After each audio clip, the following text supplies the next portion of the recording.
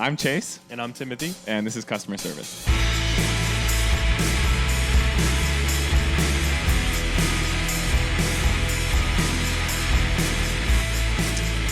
Howdy doody, baby.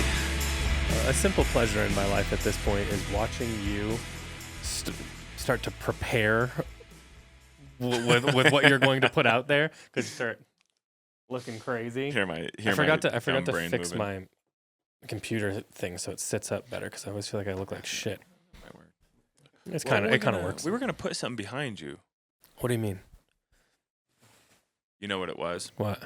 We got that flag from Capitol years ago as a gift I cut up and put on the hemming table. Yeah. And you know what? I think what I'll do is I was thinking of taking the machine home anyway. Maybe I'll take the flag off, so the negatives, because we cut some shit out for the table, and then we can hang it again. I think that'd be cool.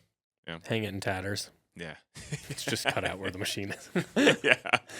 Well, I mean, yeah, you don't need it anymore. We had it more just so it looked pretty in the store, but I mean, now it's kind of just in the way. Honestly, anything, it might even work better just the table itself, and it doesn't collect all the dust and schmutz and shit. So. That son of a gun is working again. You know what? That son of a gun is working. So we have the Union Special. Mm-hmm. It's a chain stitch hemming machine. If you look it up, it is The Bulldog or whatever. The Bulldog is what it's colloquially named. Union Special Edge Lock 43200G, I think is what it is. Anyway, if you look up the Bulldog, that's what it is. If you Google pain in the ass, it'll come up right away. Yeah. When the shop first opened, you guys, before even I had joined the staff, you guys had purchased it. Mm-hmm. It was not in working condition. Mm-hmm. It was pieced out. Yes. Mm-hmm. Some way or another, I don't remember how. I don't say we. I didn't buy that together. shit. No.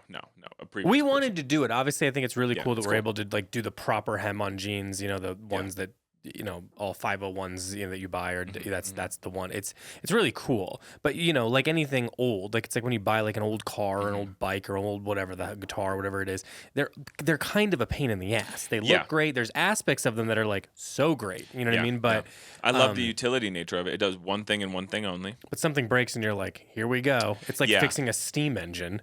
So, originally it was in pieces.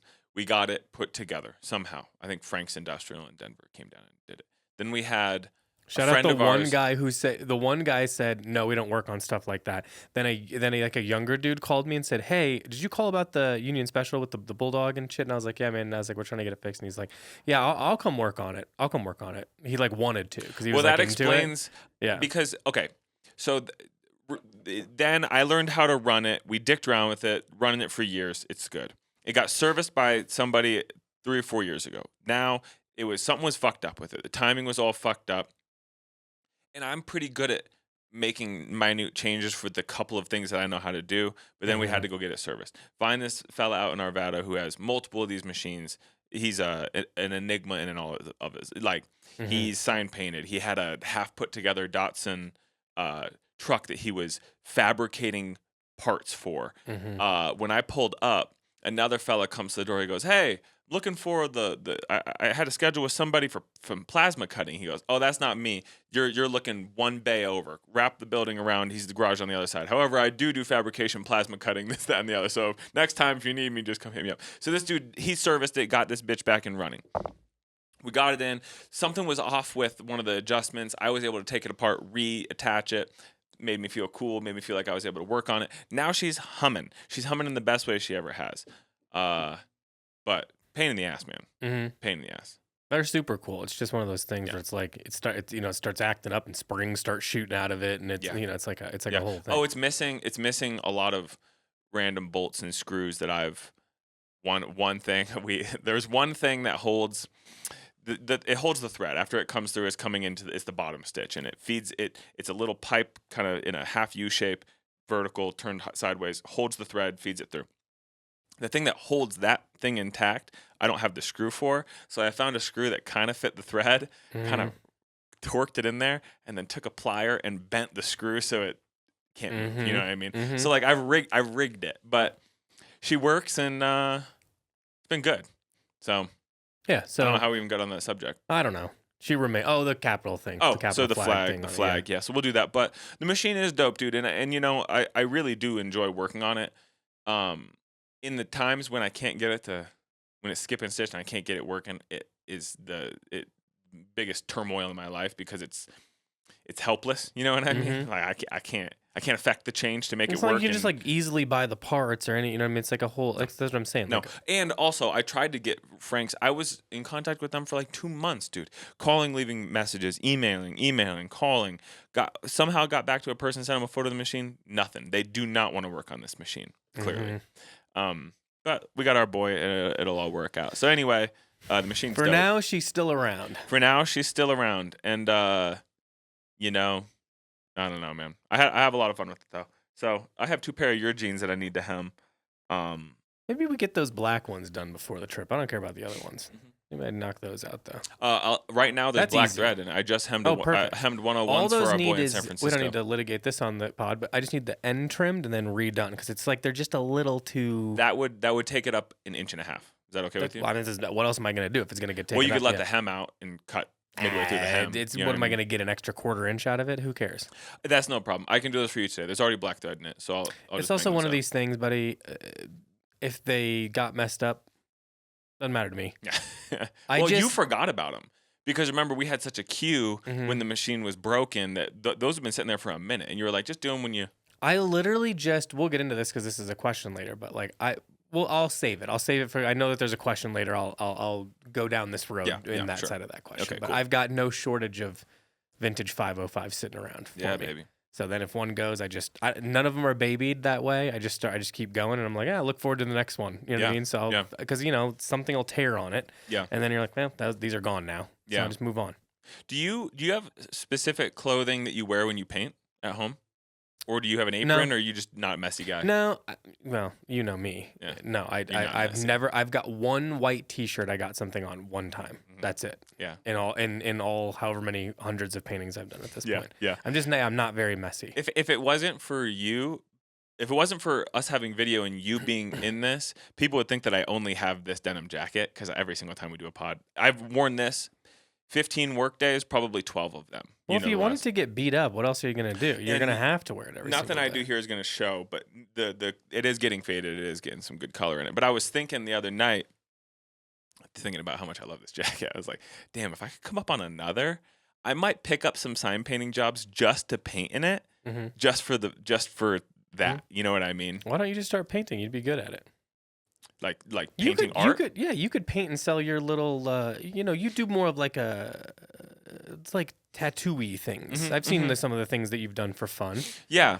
I think people would fucking love that. I think people would buy it. There's some graphics that I bought. I don't remember who I bought it from. Some sort of designer released a pack of, or a tattooer, collected for years a bunch of vintage packaging, matchboxes, cigarette graphics, what have you.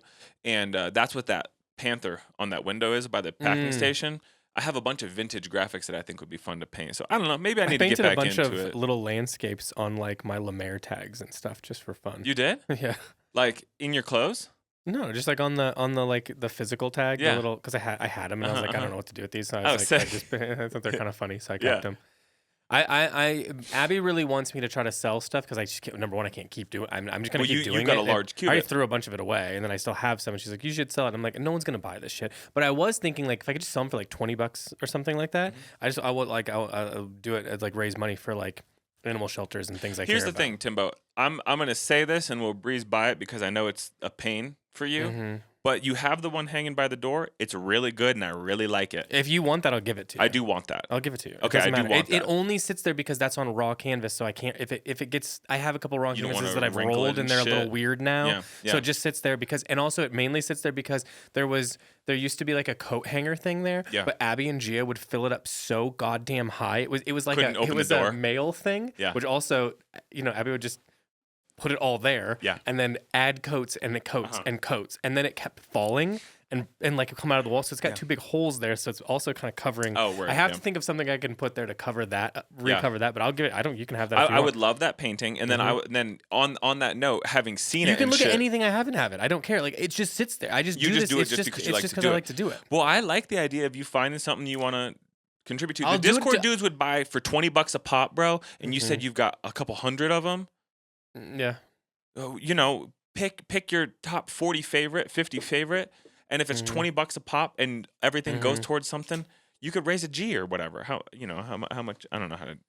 I don't know. It doesn't matter. I would just do it to. I don't need the money. I just wanted to. I would just donate it to some sort of shelter thing. Or I would if you use could it sell to like 50 re-up of them for supplies, 20, so I could keep doing it. But other than that, it's cheaper supplies. You could sell 50 of them for 20, make $1,000, and donate that towards the wolf shelter here out in Colorado. I guess I or didn't what think have about it you. only being 15 that you would need to sell them for cheap. If you say 15 for $10, 50 for 20. 50 for $20. Yeah, I mean $20 is. I mean they're all like bigger sizes. It's all nice materials. I mean I'm not like a great 40, painter, you know but what I mean? Like if you like abstract, I do a lot of abstract landscapes. Yeah. Some flowers and stuff. It's just Yeah. boring shit. You know what I mean? Some of it's just abstract stuff. I like the one by the door is some flowers, but I like the canvas in particular. Like it's cool. The texture. That is really a cool. pain in the ass to get it that way too, because it's really hard. Not that anyone gives a shit about this, but it's really hard to get that canvas. So you can buy like raw canvas. And it's like almost like linen. It's really hard to paint on if you don't stretch it out. If you want it to be raw, it's like really difficult to paint on. I've done some too textured and shit. I've done pastels on it and it works okay, but it's really hard to do. I have one that turned out pretty well, but it's really hard. That I used like pre-stretched canvas, cut it out, then stained it in tea, and then kind of got it to dry as like a firm piece, but it's still kind of wavy, so it's hard to paint on. Yeah. And then like pinned it to the wall and then did the thing on it, and then so because I was thinking that's how I'll display it, is just pinning it straight to the wall. I don't I don't need to like mount. No, that's it what I thought to looked anything. cool I just about think it it's is cool that it was raw, just as is. So just yeah, that's cool. I'd love that. First off, and two, you should compile. Maybe when we get back, we'll talk about where we're going. Obviously, we don't need to go into it. Well, I was thinking about like often, scanning them anyway to that way if I got rid of anything, I guess I could. I don't know how. I don't know why Abby just keeps telling me I should do something with them, and I don't know what to do with them. But it'd be really easy, dude. If you want to bring them in here and we post them on the Discord, if you're listening to this and you're in the Discord, just tag Timothy or I and say you're keen for it. It's a matter of shipping. It's one of those easy things where it's like Venmo it's you. just like doing music. Music was easier for me because I've done it since I was a kid. But I don't want to put it out there in any way where people are like, oh, he thinks he's good. It's like, I don't think I'm good. I didn't fucking go to art school. I didn't do anything to learn. I just started doing it, and then I just do it a lot. And now I have a bunch of stuff. Yeah. So a lot of it's probably just garbage, but some of it's like would look nice in a house. I think it's like it's there and it's there enough. And I don't have any like strong desire to sell it, but I was thinking like, oh, if I could like donate all the money, that would be cool. If they could, because I'm paying for it anyway, so I might as well have that turn into money I can donate. And then that way it's like a net zero for me. So off the top, like an animal shelter or the wolf shelter or something. Or it would just have to do with animals. That's the reality. Yeah. I was talking about there has to be like somewhere I could donate that like for all the animals and stuff that were like that get displaced during wildfires. That stresses me out really bad when I see that's going on. Yeah. Because you got to think a lot of animals and stuff don't have homes then, and that's it's just animal stuff. Hey, on that note, because it leads into something we were talking about yesterday. I was talking about it with Miss Shan this morning. It reminds me we'll need fire insurance, but me and Timothy and Abby and Miss Shan are thinking about buying some property. They know that. We talked about it last time. I know, putting some prefabs on it. I wanted to know if anyone out there has any experience buying prefab, developing land, and I'm generally just looking for somebody to ask like dumb questions to, and just to start the process. When I went this weekend because it was GS spring break. We didn't really do anything, and we also botched the date because we thought it was at the beginning of spring break, and it was at the end because we forgot which weekend it was. We stayed at like a really nice like A-frame cabin situation, like 40 minutes from here in the mountains, and it was really nice. I mean, it had like. What I was surprised about is I've seen those places before, and you just kind of assume like, oh, it's like a cabin, so it's like really small. They're not like small. Like there's plenty of room in those things. Like, you know what I mean? It was plenty of room, more room than I feel like I have at my place. Big ass ceiling, right? Yeah, really high Vaulted, ceilings, like, and then they like you use the space pretty smart. You know what I mean? But I thought it was great. We really loved being there, and it's like full windows on either side too, so you get a lot of natural light. It's nice, and then there was like a little hot tub, and they had a little cool deck and like they'd converted like a shed into a game room thing. Fuck yeah. And by the way, what cool. games were in there? Okay, yeah, so there was foosball. Let's catch up on the weekend, and then I want to talk more about property. Okay, I'm not a foosball guy. No. It stresses me out in a way that like for some reason it's kind of like cards where it's like my brain's not grasping this. You know what I mean? I'd go as far to say that like I don't like foosball. I think that it's like the lowest tier of what you're describing of pool, So bar sports. air hockey. Okay. Oh, here we go. Let's you know go what I'm down a saying? bad tangent now and not I stay on can't wait, topic at all. Rank bar sports. Well, and describe to me how you're going to rank them. Is this based on what's it based on? Just what's you like best, What I or enjoy what do to you think do? is like the most premier? Well, I'll tell you what. I think I've said this on the pod. My stepdad growing up was like a ranked darts player nationally. He's like Yeah. he has a bunch of jackets with the teams and shit he's Mhm. participated on. He used to travel for darts. Mm-hmm. Darts is really hard, but I think just because it's classic, pool. What better a bar sport than pool, man? I mean, and if it's not darts or pool, then what would it even be? Ooh, you know what else I foosball, like? air hockey. Air hockey's more arcade. Yeah. In air hockey, for me, Yeah, you're probably similarly, right. I don't like foosball either. Air hockey stresses me the fuck out. It really like It's too fast, yeah. and it puts me in a little bit of a fight or flight. I've mode. told you before, and I think it's truly because I in fight or flight, I have a natural fight thing. This is not like patting myself on the back. I hate that shit that guys do. But what I'm saying is like fight. what I'm saying is like competition at levels like that kind of stuff where you can't just be physical makes me mad. It makes me really mad. The finesse of it. Yeah. Yeah. Because there's part of me also, and this is a negative, but it's like where like, you know, if someone starts acting cocky during pool, it's like, I'll slap you with this stick and put you down. Like if we're talking about competition, I'll put you down like an animal. You know what I mean? Like, but you can't do that. So it's just someone being a dickhead about being like tricky. You know what I mean? And I don't like that. Yeah. Like it's not pure sport to me because there's not a physical element where you could push yourself harder. Yeah. You know what I mean?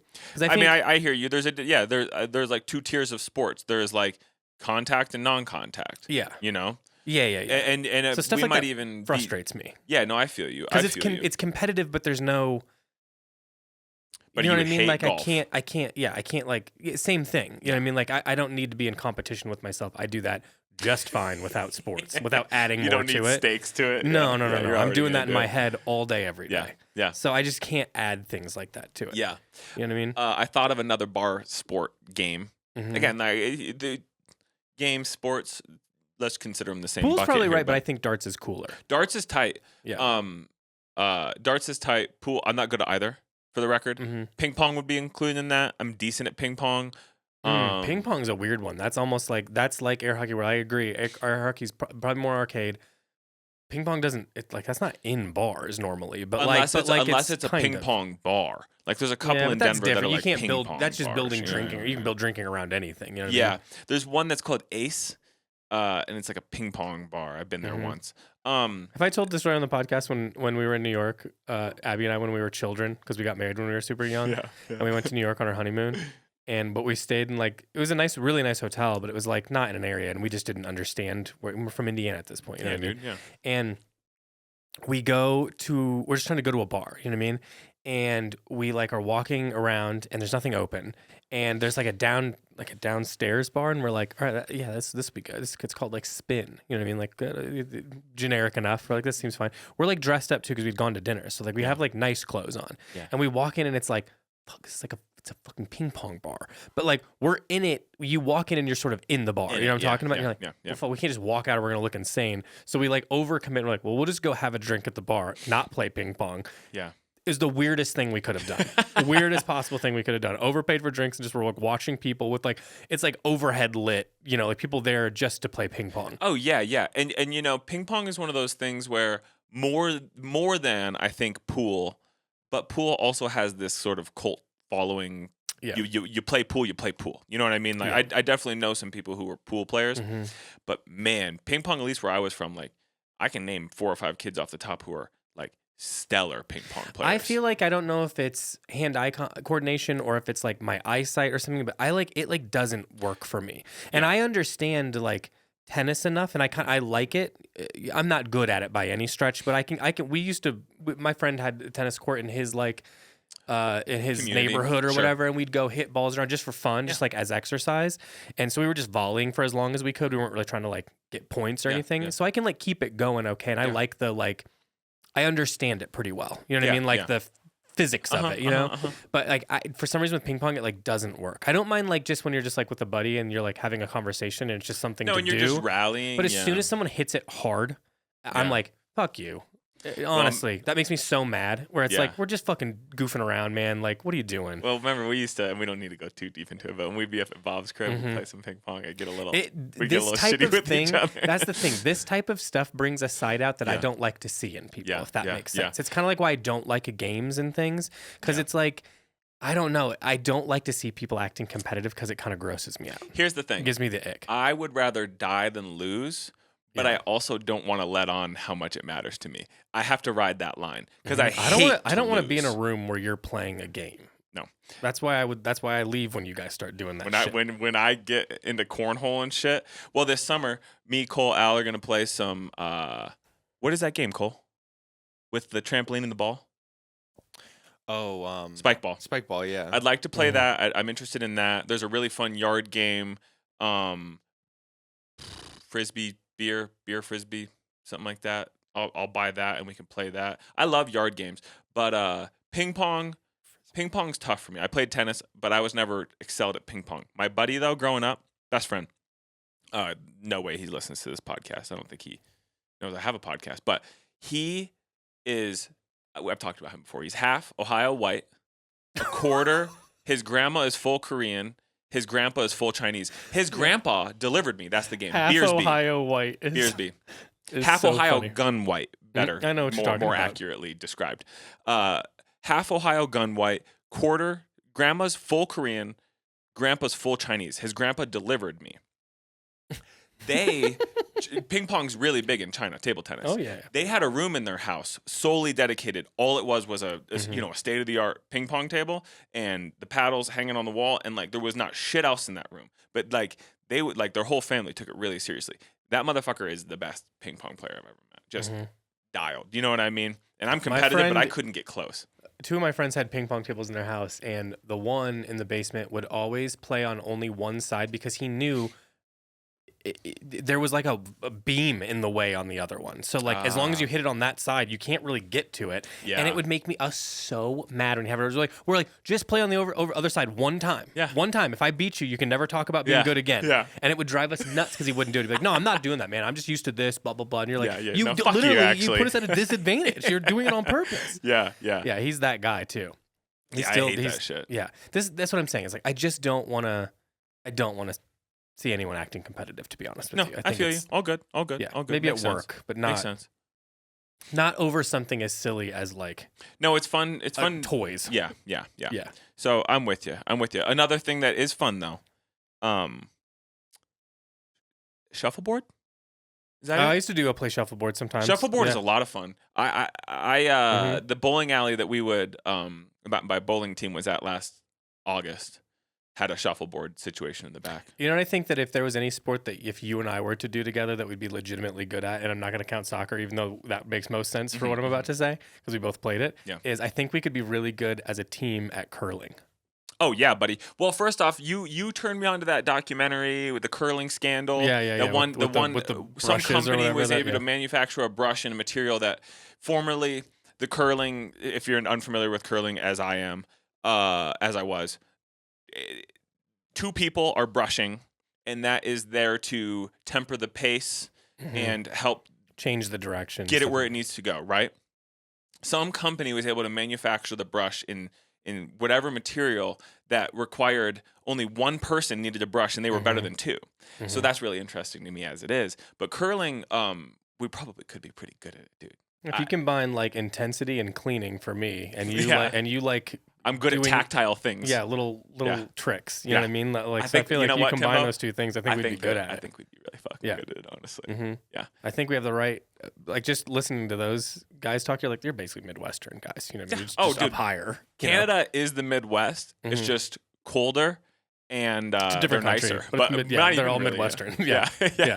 Canada is all Midwestern. It's tight. I see Cole's looking up the Denver Curling Center. It could be really fun on a weekend to rent it for a couple hours, have a couple beers, and fuck around. You need like a little. I think you need a little time trying to figure it out. You know what I mean? But once we figured it out, I think we'd be good at it. Would you think you'd be better at being a brusher, or would you be the person? Okay, because I think that I could do the. Because you you kind of slide into it, Mhm. and then you get low, and then you let it go. And I think that if I could get the That's what I'm saying. form You down, do that thing, I do the brushing. yeah. If Yeah. any other retail stores want to fly it here and challenge Timothy and I, we'll We've whoop said your this. ass. We've said this for a little while, and this is a funny call out. Is that we've said that we can beat any other store Sports. maybe in the world at any sport they can call the sport.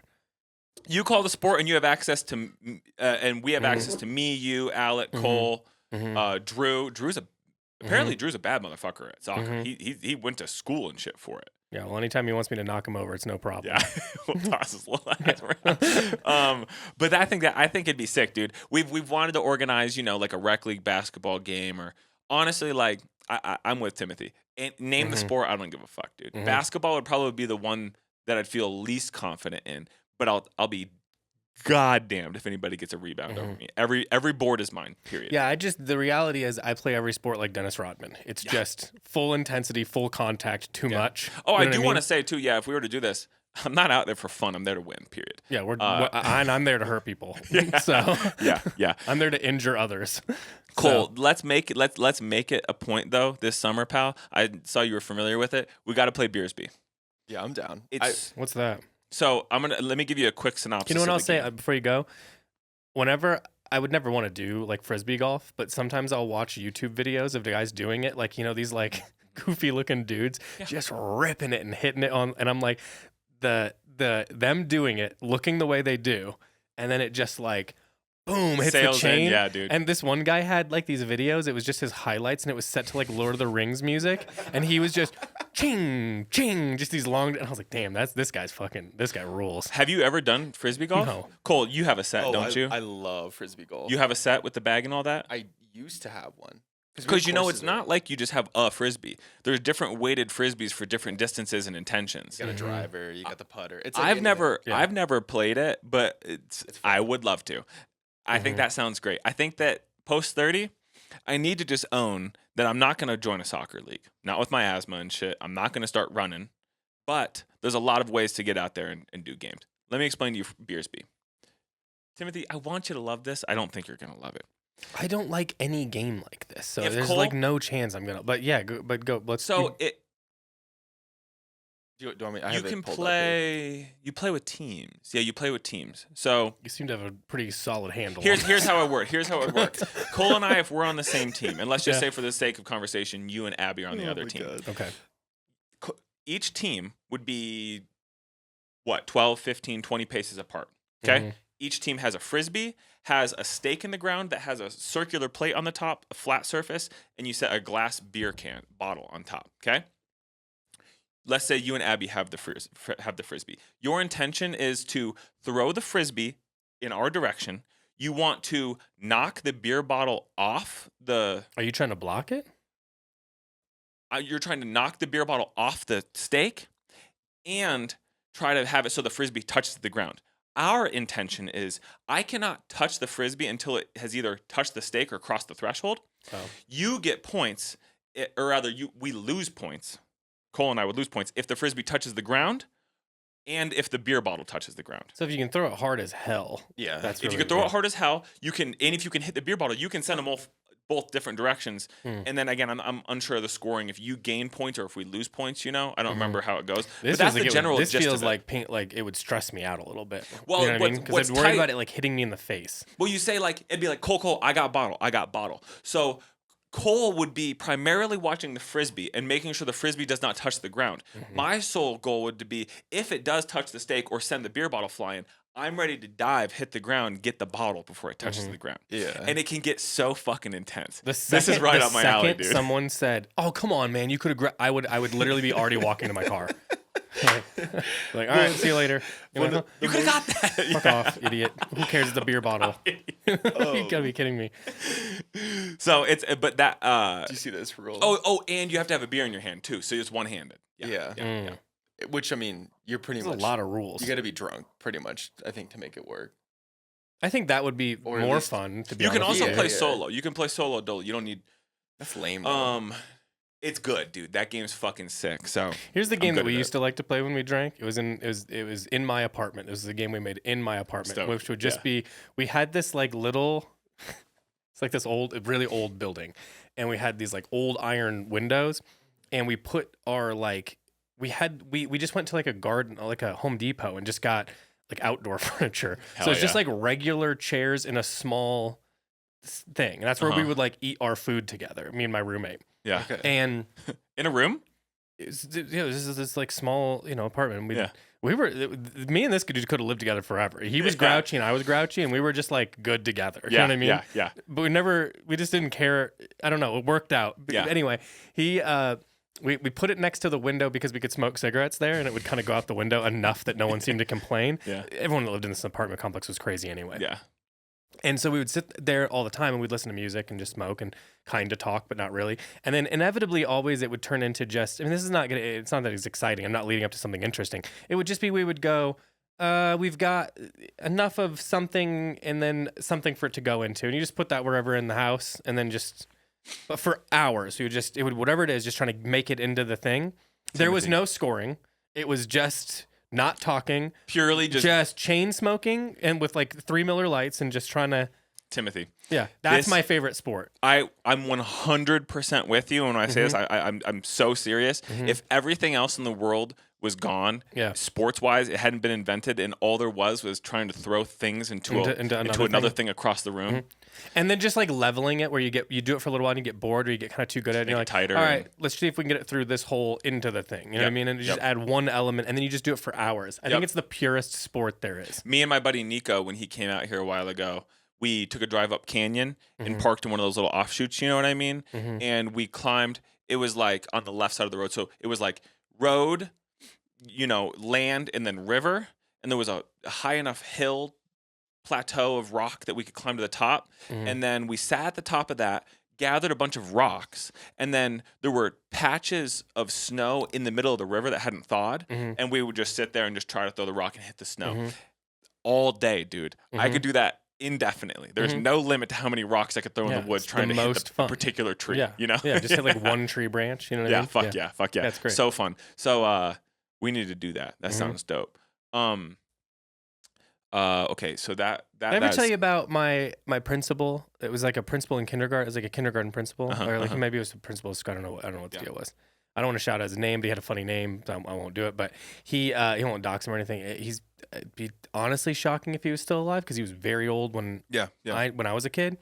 But he, without going too into detail, he was kind of a sad dude. You know what I mean? Just a little guy. You could just little guy. tell, yeah. Had looked like he dyed his hair with printer ink, and it was thin and over. Yeah. Just a little. He's a nice guy. Really, Yeah, good, sure, really sure, good principal. sure. But he just kind of had a sad vibe. Going I have like a through it, yeah. reason why I kind of figured out later, because we would see him at a restaurant sometimes alone. It was kind of a sad situation. Yeah.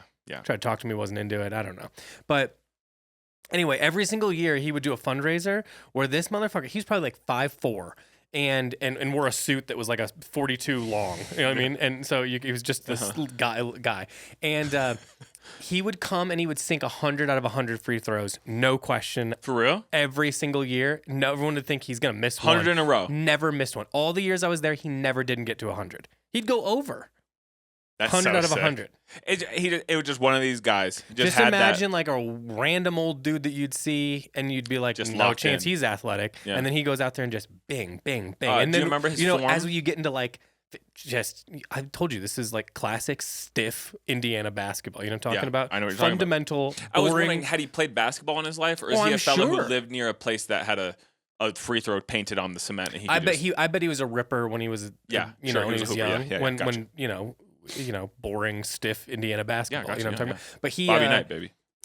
But every single time. And then as you'd get to 25, and everyone would be kind of heckling him, because you know what I mean. And then you'd get to 50, and you're like, oh shit, he's gonna do it. You get to 75, everyone's like freaking out, and he hits 100, the whole school erupts, and you're like, this guy he's the king. Yeah. All because he can hit 100 out of So 100 free fucking throws. sick. But it was cool. I mean, Isn't he it did funny? He did it at least 6 years in a row. Isn't it funny how we're grown adults now, and you look back on that and you fully remember it? It's just that being the skill. I also think it's so funny that technically speaking, he had to at some point set this up for himself. Yeah. Where he's like, He's like, get you know what I everyone can fucking together, do? all the kids, all their parents Yeah. put money down, and I'm going to stand on that free throw line and blow their minds year after year after year. It's how he consolidated power. You know what I mean? Where he'd be like, this little guy, he's not, we can mess with him. And he'd be like, nah, he can hit those free throws though. So I think you got to let him rock. It's fucking He's sick. tight. It's fucking sick. Yeah. I'm not gonna lie. That's sick. That's sick. That's cool. something that I would have thought as a cool bit. Like he's cool And he'd forever. do the first 50 he would do in the like cheap tweed suit he had. And then he would take it off halfway, still shirt tucked in,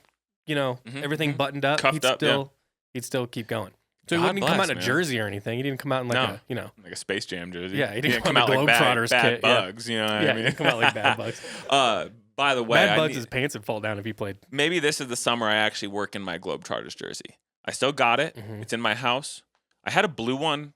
I don't know where it is. It's gone. But I do have like a white one. But I think it's been sitting around. It's probably all dingy and shit. But like, I am gonna figure out how to wear a basketball jersey. We've talked about this before, but like, there is part of me that would love to see like, I want to see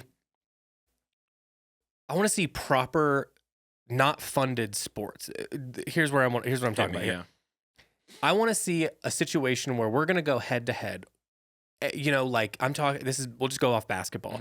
This is like any of those teams from that basketball in New York that it's famous. I can't think of the park. Rucker Park. Rucker Park. So we take anyone from Rucker Park. We take any given one team. We take the Globetrotters, all the NBA teams, all the college teams, and I want to see who's actually best. You know what I mean? Not who gets paid the most. Maybe they are the best, but I want to see it. It does raise a good question, and because you got to think too. Like you think like any like group of kids in like Brazil could whip most MLS teams' ass, no question. I think. Oh yeah, you find the top 10 best high school squads in Brazil, soccer players. You could take the 10th worst team. I think so. Is as good as the Chicago Fire right now. That's what I'm saying. I just want to see a truly like fair, like this isn't about money. This is about who's most funded. I want to see who. I remember one time, Timbo. I still kind of think professional sports is like a little bit fixed. Yeah, there's documentaries out now. There's a documentary on a famous NBA ref who got caught fixing games, sports betting on games that he was. That is something I would like to refereeing watch. Shit. It's out. It's on HBO or Hulu or one of the. I hate when the refs think they're like part of the teams. You know what I mean? It drives me crazy. Yeah, it's like, man, they think they're like cool. No, there's like a video too recently of the last NBA season of one of the refs. I don't know if he ever got caught in a scandal or not, but it was a close game. I want to say it was like a Celtics game. Refs are cops. Bucket goes in and the ref goes. You could tell that it hurt him. Yeah. That they closed the gap. Yeah. So he had money on the game. You know what I mean? And that bothers me. Mm-hmm. You know what I mean? I don't like that. I'm fine for people to do what you got to do, but like for something like competition and shit, don't cheapen it by ruining it. Mm-hmm. A lot of people have played their whole lives. Whatever. This is neither here nor there. What were we saying though? I just want to see who's best for real. Well, a couple of things. One, there were a handful of exchange students at my high school. Mm-hmm. There was this one year we had these two kids, Bruno, who was already on his way to being a doctor in Brazil. I don't know how he ended up at my high school in Ashtabula. But he was not good at soccer or sports. He was really nice and really smart. He's good at doing doctor stuff. Yeah, he was really smart and he was like fit. There's not He that wasn't many a like player. amazing athletes who are also professional doctors. Yeah. No, that's fair. But then this other kid, Hanan was his name.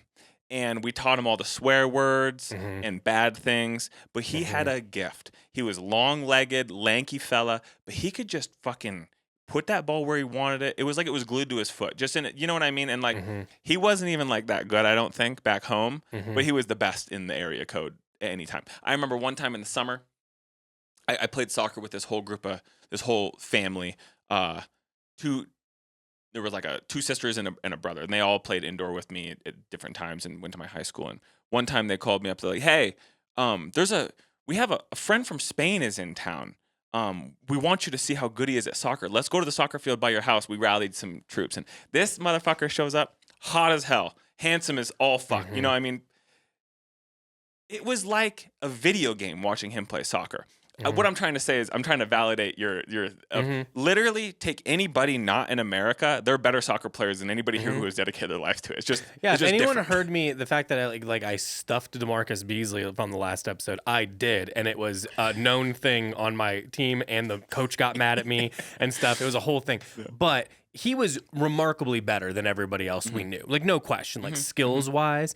And then, but then he would play some club teams where it would be kids from other countries, and you're like middling. Yeah, You know what I mean? Still he's good, middle but- of the pack. yeah, Yeah. yeah. And you know what? Thinking And these back kids weren't to- getting like sponsorships or anything. These were like just rippers, you know? in Mentor, Ohio, mentor, depending how you say it.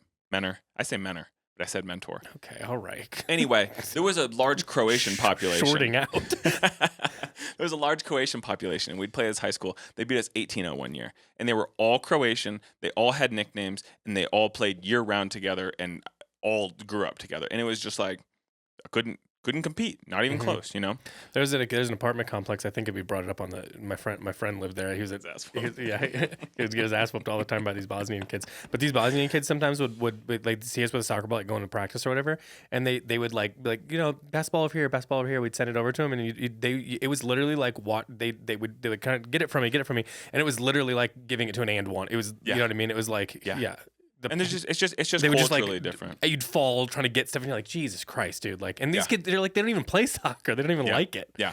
Yeah. Now, on that note, though, They just like playing games on the internet. Yeah, no, 100%. League of Legends and shit. Dota. EverQuest. We YouTube TV.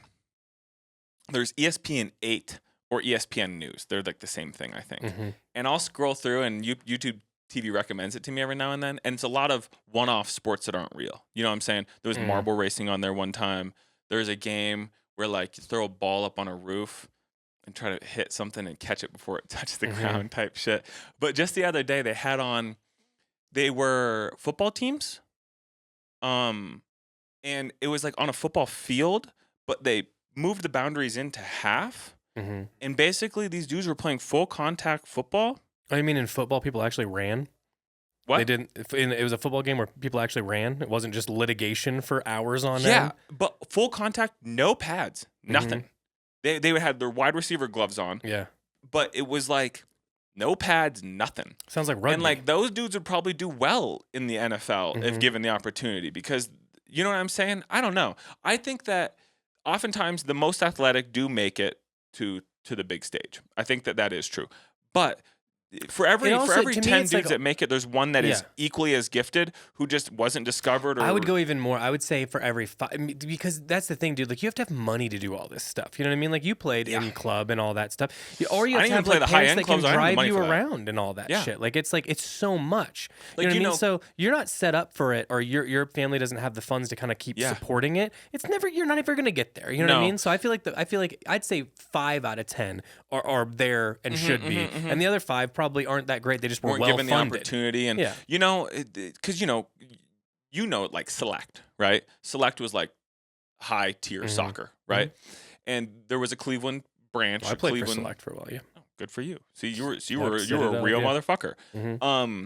But you had to get, these were also like hard. You had to like play for other clubs and then get seen to play for that thing. Recommended to come try out, make it through. There's all these different clubs. And then all the Citadel. The families that played Select, you know, the kids that played Select, their families had a lifestyle around them playing soccer. Oh, 100%. You know what I'm especially saying? where we're from. Yeah. So, you know, like on that note, like I probably could have been much better at soccer than I was if I had that time and shit to. I didn't live close to Cleveland, so it was like an hour and 15 minutes for practice. My buddy played for half a season, and it was like, it's too cumbersome where we live to be able to play at that level. It's too far. Playing club soccer in the Midwest is like a full-time job. Oh, it's very, very, very competitive. Very competitive. So, anyway, that's sports But I also talk. think that like the coaching on that stuff is like light years better. I mean, good coaching versus bad coaching. Like the first time I played, the first club I played in, it was the first time when someone was like, "Oh, I know what you can be used for and what you should be trained for, and I'm going to put you only in that, so you're only there to succeed, rather than putting you in some random position just because, and then being like, you're not fit, you're failing at it, and you're like, I'm better than this. This just is not my." You're forte, you're trying to force me into something that isn't my. Well, because I'm just going to be frank. I think people just get put in positions originally just based on their size. 100%. So the size, or they're like, you know, so they're like, you know, the thin, long kids who can run for days are on the outside. Little guys that are faster up front, and anybody bigger and blockier is on the back. Yep. And so for most of my life, I was like so like thin and small. So they just would put forwards, and I'm like, I'm not good in that position. Like it just was never my position. You know what I mean? So I wasn't skilled at it. Yeah. You know what I mean? And then it was finally somebody's been like, why don't you play? You're super aggressive. Play sweeper. Yeah. And then it was like, oh, that changed everything. Now I'm like a good player. You know Yeah. what I mean? It just took one person being like, oh, I understand this better than like an idiot. Yeah. So Damn, dude. I think it's really like worth miss it if you're sports. like into it. But Yeah. all right. So I don't know how shout we out went down soccer. this. This leads me into a question. We're on the subject in the Midwest. And so I am, as I've been saying, we're in a deep spring cleaning. This last weekend it was pouring. It was shitty out. We didn't make a dump run or didn't clear out the garage. But I want to clear out the garage this summer. People who've been listening to the pod have known this has been an ongoing. Well, I've done desire. multiple cleanouts, Yeah. but we're really brutal with it now. Like really, I'm down to get rid of a lot of shit. We've done a full half clean out, and there's just shit waiting. I just need to throw away and donate. When that space is cleared, I have decided I am fully turning the garage into my summertime living room that I'm familiar with growing up in Ohio. You are familiar with this or not, Timothy? So, Cole, Yeah, you people don't know about this. Yeah, you're talking about like the screened in. Yes. Yeah. You don't, No. Do you know about this, Cole? Yeah, no, I've seen like variations, where it's like you use it 2 seasons of the year, Yes. but not in like fancy. I haven't seen it like where you get like a big screen TV. I'm and, like, a what whole, I'm saying is this, and I can Fancy draw might be you- a stretch on yeah, what fancy this is can not be. the word Yeah. here. It's utility based, but I could think of 4 or 5 houses that this happened at. Primarily, the kid that I grew up 2 houses down my whole life. In the summer, you put a screen. We've talked about this on the pod, but I have some more so the information on it. skeeters So I don't am get getting in. there. You put a screen over the thing so you don't get skeeters. You Then sit out there you- and listen to cicada bugs scream. Oh, for loud hours. as hell all night. Yeah. But what you do is you usually have a couple of big area rugs that you roll up in the winter, and then come that early summer, roll those out. And I'm gonna describe to you this one garage that I'm familiar with, but there's a myriad of. I think a lot of variations. this also came at like a time that would have been around our age, especially in the Midwest, when it was like, you can't smoke indoors anymore. And they're like, Oh, okay, you know what? I know a loophole. Yeah, You know what I mean, basically what you're doing is you're mimicking a sunroom in the summer, but you convert the garage, you clear But way everything more out. humidity. Way more humidity. Mhm. Everyone in the Midwest has a garage fridge and freezer. So you got your food and your shit handled there. Typically there's a couch or a futon, a lazy boy, plenty of seating. There's a coffee table, there's a TV, or a picnic table that is, like a finished one. And the whole family is out there year round, or the whole summer, day round, morning, night. That's where you eat dinner. You don't hang out inside in the summer. And that was such a normal occurrence to me. And I've been trying to explain it to Michelle and other people in my life out here. And they're like, they don't really understand the scope of it, of like, that's where you live. You don't go inside in the summer. You live in this fucking garage if you're a person that has this garage and has it finished. So I have been, we're trying to smoke less weed in the house, have it be less, of a weed dungeon, you know what I mean? So I've been wanting to hang out in the garage. We have some nice lawn chairs, lounge shit. So I'm gonna get this bug screen when this garage is empty, and I'm converting it into my weed dungeon, place I watch TV. I'll hang out there and watch my YouTube videos. Maybe a little workout bench. Who knows? But I'm gonna convert it over to this. I did some research because Michelle's like, I don't know anything about this. Hillbilly ass. Yeah, bro. It is what it is. I'm just keeping it H. B&H, keeping it 100. Here's the thing. B&H. Being honest. Oh, B&H, baby. I was thinking of the Jewish electronics company, B&H Photography. Oh, based in New York. B&H. B&H. No, I'm just B&H, keeping it the buck. I really want I hear this. it now. B&H. B&H. Yeah. Very funny. I'm just B&H, baby. Come on. But so I'm gonna do this. But it reached a point where I was like, I need to know more. One, if you're listening to this, please Listen, when you get email it me. set up, you get it set up. We're doing a podcast. 100% we are. from the weed dungeon. 100% we are. Yeah, dude. And I'm really doing it. We have a spare TV that I'm gonna mount out there. Why and are everything. you acting like we're all like he's not gonna do it? Well, because I just think people out here think it's kind of a crazy behavior. Here's the thing that I found. I typed in Midwest turning garage to a living room in the summer, this, that, and the other. I found a Reddit thread of people in Buffalo. Mm-hmm. Apparently, it's people in Buffalo are familiar with it. The jewel of the Midwest. It's regarded as a Polish living room in some cases. Apparently, Polish people do this, which checks out because Cleveland has a big Polish and like that area, Polish and I can't think of the other country. Ukrainian? Maybe. That's at least what it is in Chicago. There was a, it might just be Polish. There was a, I've talked about it before, Sokolowski's University Inn. It was like a Polish-style cafeteria restaurant. You go in there, get your paprikash, get pies, mac and cheese, mashed potatoes. You walk through the line, they load you up, you eat. It's dope. It's an OG staple. It's long gone. If you are familiar, though, shout out Sokolowski's.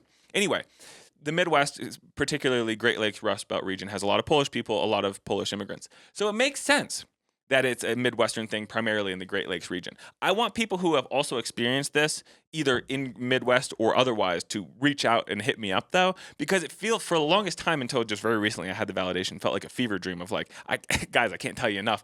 You hang out in the garage. Like, that's just where you hung out. And in the summer, we weren't allowed inside, in fact, in my buddy's houses because the garage was open. My buddy that I know, the reason I live in Colorado, his family is from my hometown. And I'd go over his grandparents' house in the summer when he would come visit. And his grandpa, I think he passed it a few years back, but I mean, he was like nearing 100. He was old Italian fella.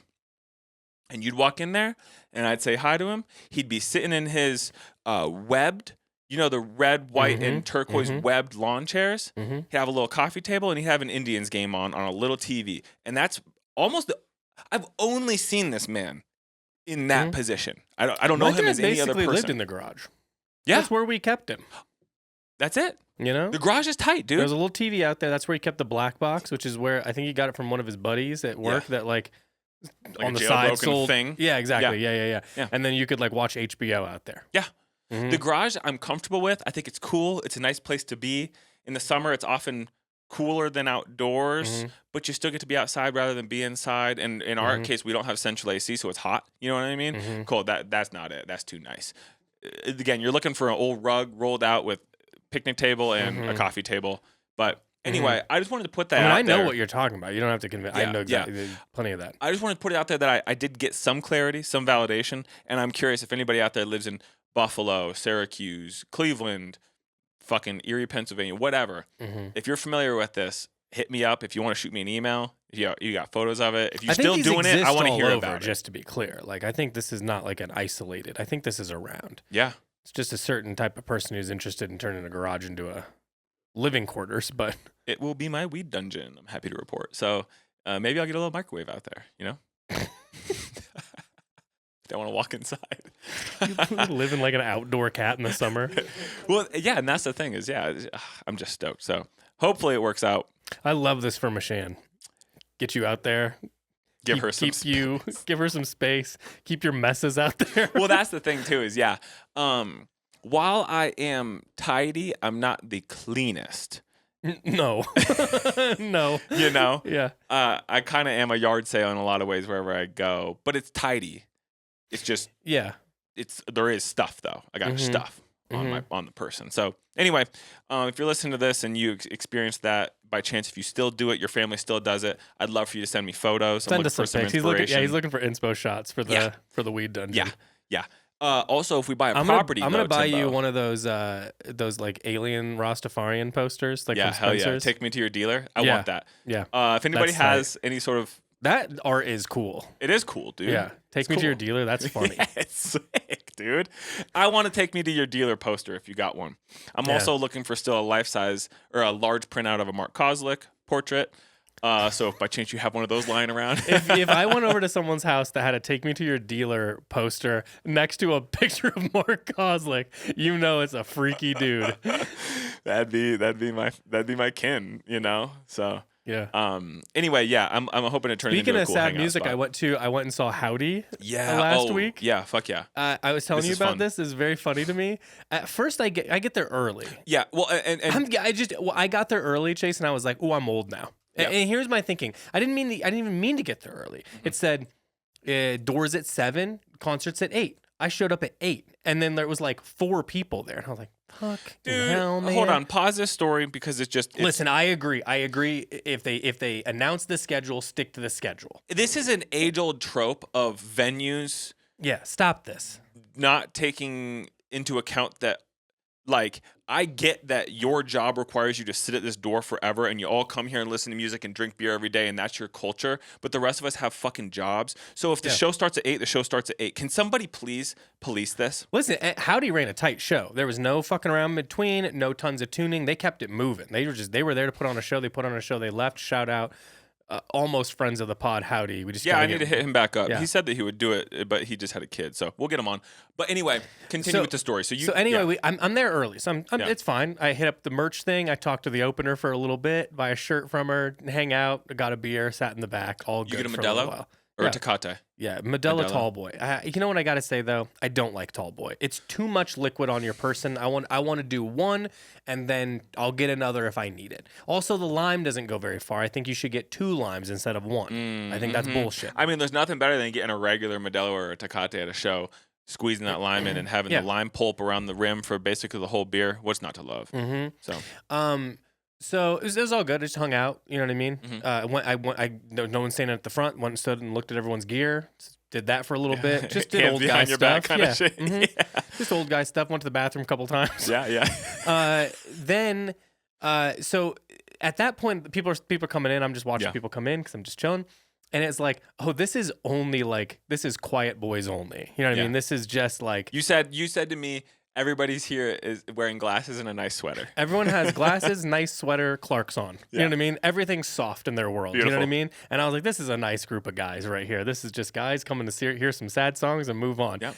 Then something interesting happened as the room started to fill out. The people that were late are like, and I don't know if people have heard Howdy or not, but go check out the music. I mean, I think they've kind of evolved a lot, but they're like slowcore shit. It's you know what I worth mean? it for you to listen to the most recent record, and it's also worth it for you to go back and listen to Taster and Cranberry. Yeah. Like it all. They're very good. lo-fi, very slow, like, you know what I mean? Like, and it's great. I mean, and I like all versions of them. I think every record has its own reason to like it. And I've really liked that band for a long time. And I've like even like liked them falling off, come back sort of stuff with them because they've been around long enough. Yeah, they're doing their thing. Yeah. So I really love their records and all their shit. But it definitely, like, you think of this quiet fellow, this guy in like a Goodwill sweater that's there. You know what I mean? He listens to NPR and shit. He's got a tote bag.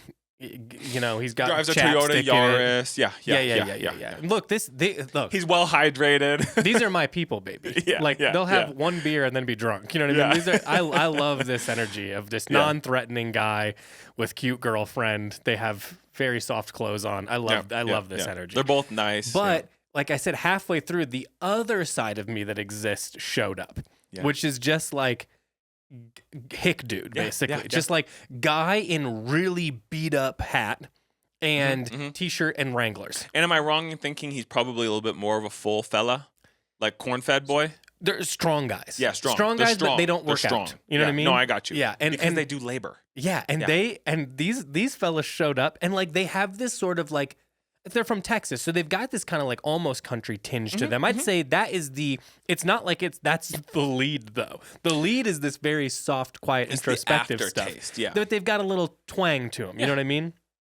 These guys were here for fucking Howdy, man. So sick, dude. dude. They were there for it, man. Yeah. These are guys that I feel like for the most part, like the type of music they listen to is not something I would listen to, but they knew every word. They were moving around to it, and I'm like, I like these guys. When you told me that, it made me so stoked. Yeah, the guy that was standing next to me was moving around. He had 2 tall boys. No way. They were both for him, just to be clear. This was like he did it out of habit. Like he goes to concerts and I'm just going to get 2 up front, so then if I get stuck, I'm good. We're both. just good. I got He's both. got both. He's dancing. He knows every damn word. And they played, I thought they had a great show. If anyone's thinking about going to see them, you should, especially if you like the band, because they played I think bands fuck up the mix all the time of the songs they put in.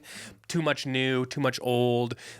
Or like forgetting certain albums entirely. They played a little bit of everything and hitting on songs where I was even like, you know, because they have some almost experimental stuff, and they were hitting on some of those songs where it's like, oh, I wouldn't have thought they would do that live because I would imagine it would be tough, but they did it. Did they play that one? Oh, shoot, I don't know how to. There was that artist who He was like a disabled fella, but he made a lot of really good music. Oh shit! And I know who you're hear talking his about. I can't think of his voice, and name it's right like, this second. It's gonna but drive people nuts. they had on one of their records, they had a song that I thought was paying homage to that fella because it sounded exactly like that. Vic, is that? I don't know, man. Somebody will know. I can't think of it. Yeah. Anyway, did they play that one? Later. No, they didn't, and they didn't do any of the cover things or anything like that because they have the best Charlie XCX cover of all time. Sick. But they did like a lot of stuff from like Cranberry and Taster, which I would Cranberry's assume so good because that's a lot older back now. You know what I mean? That's like not seven, but like 5 records back. Dude. Yeah. Like, so I just figured they wouldn't play, but they played a couple songs off that. They played like I love that song Tools from I always forget the name of that record, but the one with like Mr. Lee and stuff on it. So you got like a couple songs from almost every record and like some more obscure ones. I thought it was great. And I don't know where I was going with this.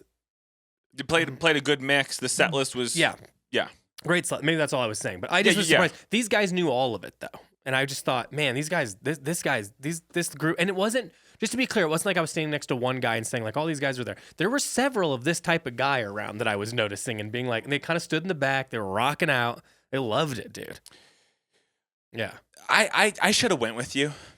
You should have gone, dude. That's a band that I really love. Michelle went and saw them in Portland before she moved out this way and said they're like the nicest fellas. Yeah. Like I said, I love a band who just goes, the only talking they did, they introed the band. You know what I mean? Classic way. When then like, you know, then there's the drummer, you know, like, and I was like, I love that shit. And then they would just be like, all right, thank you guys for coming out. We're going to keep it going with this one. And then just move it. And I was like, this is like, they're playing it almost like a wedding band. You know what I mean? Yeah, like they're just, they're doing it like a job. And I appreciate that shit because they were pros. They sounded fucking great. Awesome stuff. I usually don't want a ton of banter. Like, you know, when somebody's doing a set very in between their set. people aren't good at it. Yeah, that's the thing. And I want to shout out one of the guys specifically. You know where I'm going with this because I've been doing it all week. This one guy, and again, I just need, if you don't know the band, you need to listen to it a little bit so you can understand where I'm coming from. They finish up a song, and they finish up the song. This dude in the back just goes, "Booyah!" A guy he just in the loved crowd. it. He just loved it. He was not doing it to be funny. He just thought it was tight. Booyah! Band acknowledged it and liked it, and I was like, God, this guy. I mean, I just wish I could live how that guy's living, because I think in my head like that was great, but I'm not gonna say anything because I'm not crazy. Yeah. I don't think I'm healthy though. That's healthy. Just hearing a song and getting so fucking psyched up that you yell "Booyah," dude, that rules. Showing love and you're being genuine. You're not being no facetious. one doesn't like that guy. No, it's sick. Yeah. You're stoked on that. Yeah. Oh, it's just man. Philosophically, it really resonated with me. Of like, I want to be more of a Booyah guy. What a great band. What a great band. They did a great job. Bruno Plum opened. She's great. She's kind of underrated. I think she's awesome. And I think it was like maybe her first show ever, which is wild. Cool. But it was great. Yeah. It was great.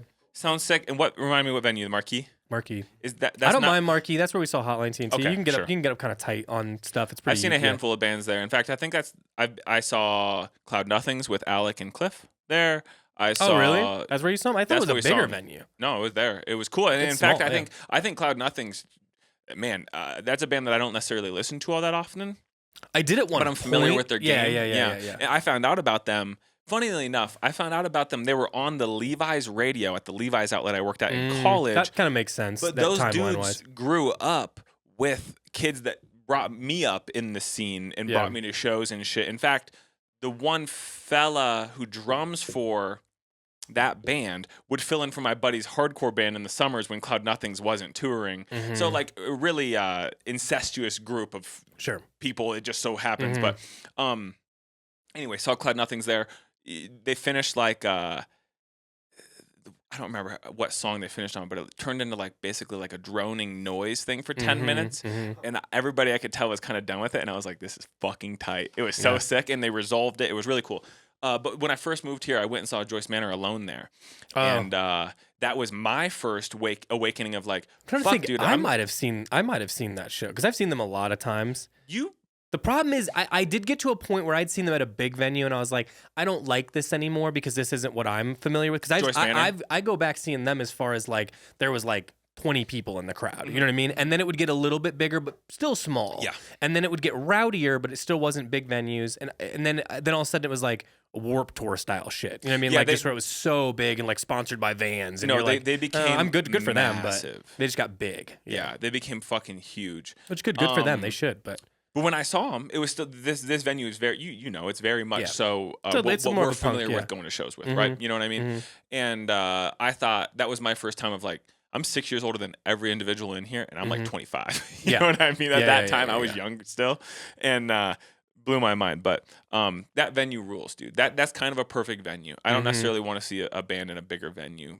We saw Whitney at that one massive, but that makes sense. If you're like, that's the thing. If it's like slower stuff where the musicians are really good, I don't mind seeing it in like a Bluebird setting where it's like, oh, it's gonna be mixed really nicely. Yeah. It's gonna sound But good. if they have like lo-fi demos that they're gonna play tunes from, you know what I'm saying? Yeah. That they recorded like with their buddies, like that's the setting I'd like to witness it in. And I don't want to see it in a highly produced setting. I want to see it where like there is like a drunk dude who is more so there for the bar. Yeah, he's where there you get like but the kind of a band's weird there. mix of like, do you guys like this? You just come here no matter what's I playing. like that yeah. though. It's what Yeah, I'm familiar yeah. with. Like Now That's Class in Cleveland. I think you maybe even played that venue. yeah, Now That's definitely. Class would be, you walk in, the doors led into the bar, and then the venue is to the right. And oftentimes there was a whole group of people who weren't there for the shows, but were regulars at the bar eating the vegan mac and cheese and shit. You know what I mean? Not getting their ass whooped watching Trapped Under Ice. Yeah. My buddy got his vertebrae out of place at TUI. Like instantly. Yeah. Well, especially those smaller venues with those kind of punk shows, I would get a little anxious in those ones because you're like, there's too much stuff to run into, and there's not enough space for what's about to happen. Yeah, my buddy Andy, he is a big dude. He was from a city where the kids we didn't like, but he liked us, so we were in with him. But he would go to some shows pre us, knowing him with like batteries and gloves, so he could hit harder. And I remember one time I had like just dodged like a full grown man's fist at Trapped Under Ice, and he grabs me. He goes, "You good, bro?" And so he had my back. But he also one time offered I said, "Man, I want a pair of Timberlands." He goes, "Shit, you want some Timbos?" I go, "You got a plug on him?" He goes, "Yeah, I got you." I goes, "How you gonna get him? You know somebody works here?" He goes, "No, I was just gonna steal him from a party for you." So anyway, shout out Andy. There's I haven't talked to him He's in a years. homie. But yeah, man, going to smaller bars and shit is fun. That's cool. Yeah. That seems like a great place to see. Yeah. I'm gonna go back and see Mama and Wishy there in like a month. Shoot, let's try to get Wishy on the pod. Man, that tune "Love on the Outside" is something else. But I did listen to that whole record, and the whole thing's good. Yeah, it's funny. It's like sometimes that can be the downfall of having just like such a good hit that like it's like, fuck, how are you gonna like make 12 songs or 11 songs that are gonna go with that? You know, and that are gonna stand out as much. And I didn't feel that way the first time I listened. I was like, ooh, this is. I guess I wanted "Love on the Outside" 100 times in a row. Yeah. And then I went back to it a couple times and I was like, fuck, this is hitting now. Like it really works as a whole album. Yeah. There's some other good hitters in there too. Yeah. And they just put an EP that's really good. The new Mama record, from what I've heard, is awesome. Sick. So all we need to do is like, let's get these bands on. We need to get in with it. All I want is I will truly do this entire podcast for free permanently. I'll make it ad free if I can just get screeners and music early. That's all I want. Screeners as in movies early? Movies. I want movies early and I want music early. That's it. The Morbid Girls, which I know you don't love them, but somebody in the podcast said, I'd do anything to hear Chase on the Morbid podcast. And so if you would like to reach out to the Morbid Gals, I'd love to have a chat with them. I love them. Michelle and I are both very much fans of them. I'd love to go on Morbid. So this dude got murdered so hard. He's a fucking idiot. They're literally like the biggest podcast, though. There's no chance. But they just have you on. But they just got a screener or whatever it was called. That wasn't the word they used, but a movie early. It comes out. Maybe out I just in theaters need to. like next I just week. need to pay SAG or something. I just need to be in like SAG-AFTRA, and then Is that a thing? Yeah, just get like insurance through. I think you have to do something or pay a fee or something to be in part of the union. I imagine, but yeah, maybe I put get me on it the that list, way. man. Put me on the list because I would love. On that note, moving into movies, and then we have a story that I want you to tell, and Cole has a question for us, so it'll be a long one. But well, here we can save my story because there's no natural into it anyway. And I can do this at any point, so we can move into the question so we keep it relevant. Well, I have some things that I want to talk about too. So floor is yours. I don't know what we're doing on time, but what are we at, Cole? We're about an hour and 10 in. Oh, goodness gracious. Yeah, so we should get going. All right, well, listen, I just want to say this. The other day, there's this filibuster or whatever it is going on, whatever they're doing. I don't know. I don't understand what the name of it is, but when you have to talk forever, I said confidently that he and I could do 24 hours. I don't think it would matter. Well, at we all. thought about what would be a good fundraiser for us to do. Start at 10, run till Oh yeah, 8, we were run also till talking. 6, We do wanted a whole work day at least. Yeah, sound off here in the Yeah. chat. We'd Sound like off to chat. do it. If you would want to do that, where we do like to watch it or whatever, you have to do, because I think there's ways to do like these live events or whatever, and you can just buy a ticket and it'd be like $10-15 or something like that. And we're just gonna like podcast for like 8 hours at least. We'll have like a just loose to raise outline. money for something. Yeah. Again, it'll probably just be for animals or whatever. So you tell me, but Animals, whales, or, wolves, mountain lions. UFO disclosure. Yeah, that's you know, good too. Something, We'll take something that. like Yeah, that. yeah. But we could do it. We could do it, and we'd bullshit. We could have people call in. Anyway, the thing that I wanted to talk about briefly is I'm happy to report Uh-huh. I finally watched Heat over the weekend. Oh my God, this has been again. This has been going on as long as the garage cleaning has been going on. Yes, I was it trying is. to It convince has you to been. watch a It movie has we been. knew you'd like. Here's the thing. I realized where I went wrong, and it has opened my eyes, and I'm more willing to take the opportunity to watch movies that I maybe didn't think I would like. The problem is somebody recommend these movies. Heat, Casino. I watched the trailer for Casino last night, and sometimes the trailers of that era, it was more of a cultural thing than actually showing the movie. It had the guy's voice, and it kind of makes it look bad.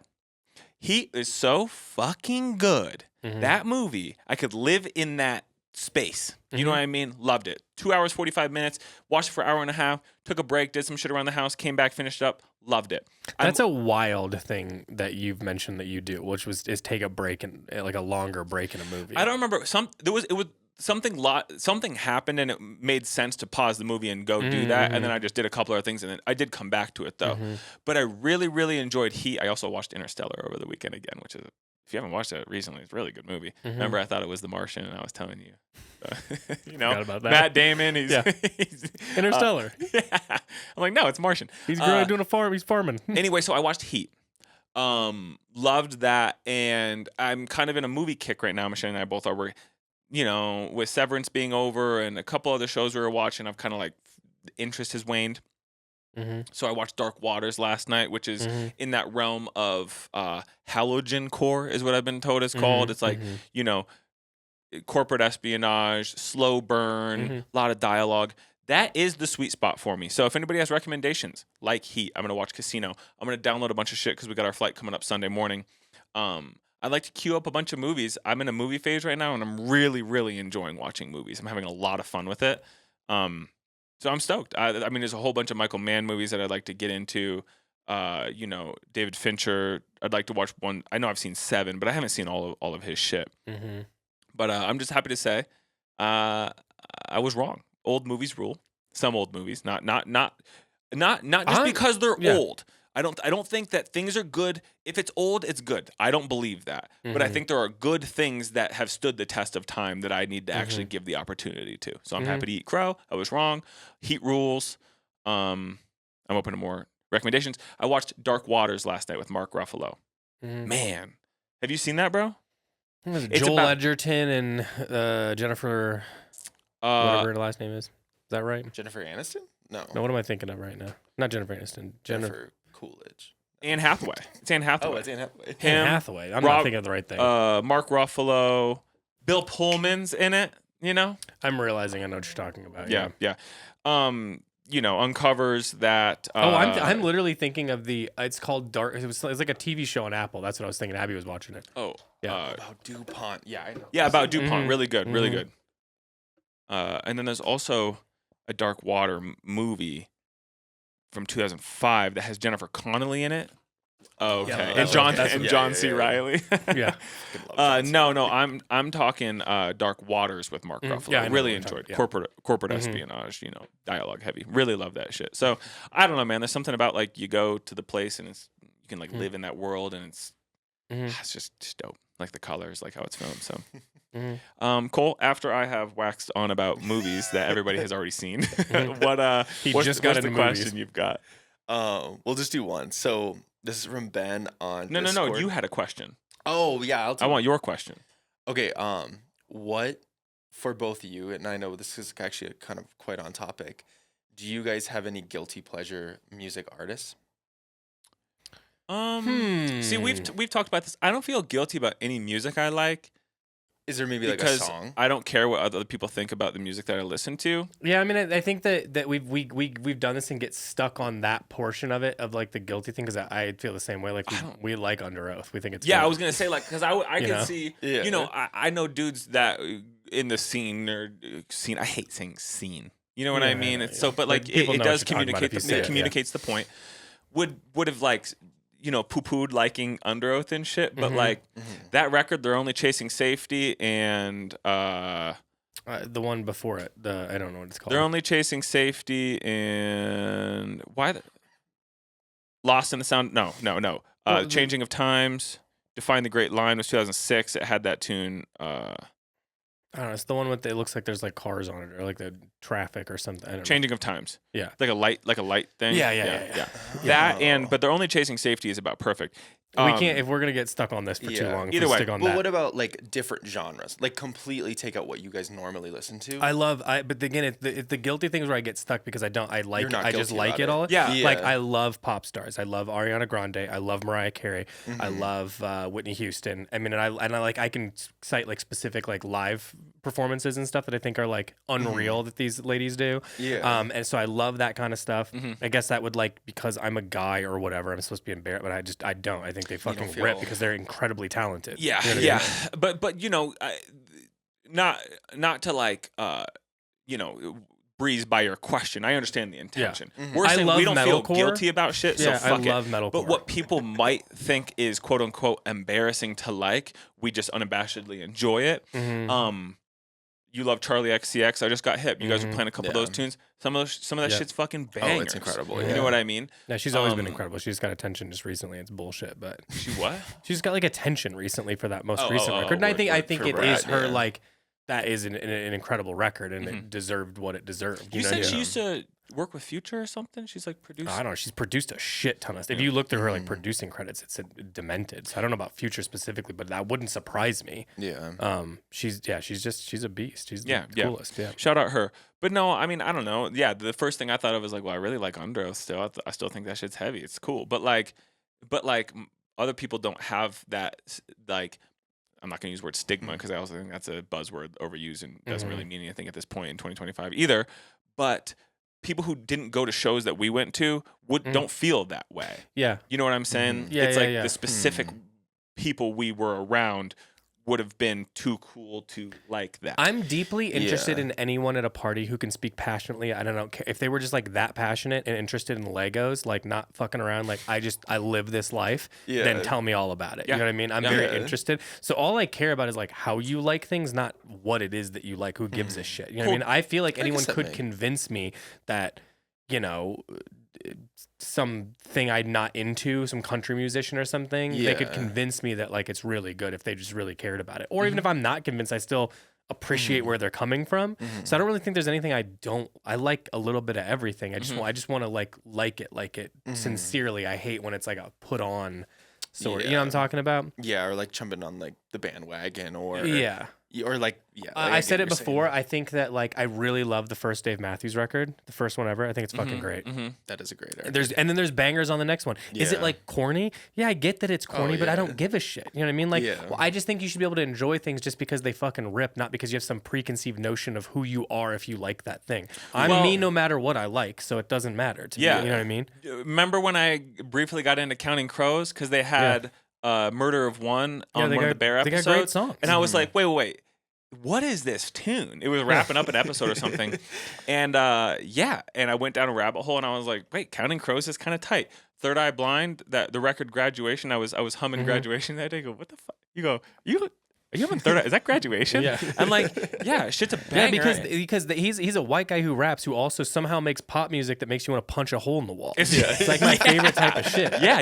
You want to get charged up, dude? Yeah. Yeah.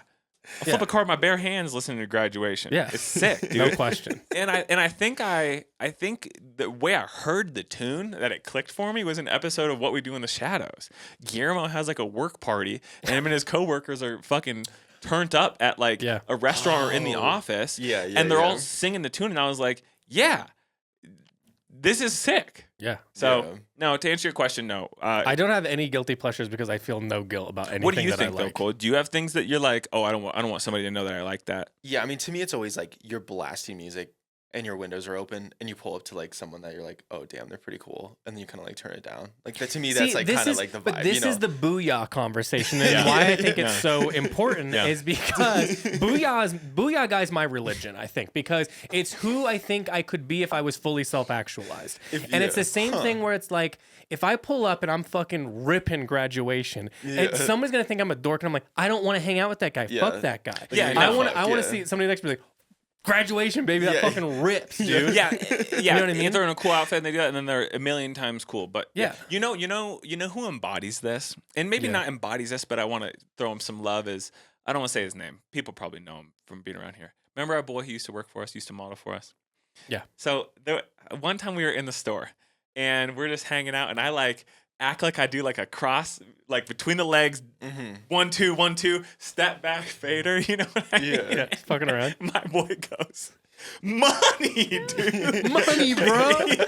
Loved He was it. genuinely fucking stoked. He would just come in and there'd be like a group of people that were like, what are you doing, buddy? And he's like, I was just playing the Harry Potter game. I've never even seen Harry Potter rules. And you're just like, this guy's just fucking, whatever makes sense to him makes sense to him. You know what I mean? And he's not worried about what you, which makes me feel good because he feels safe around you. You know what I mean? Yes. Yeah. I think you've nailed it. He feels safe around us. He is unabashedly himself. And I love that. I love that for about him specifically.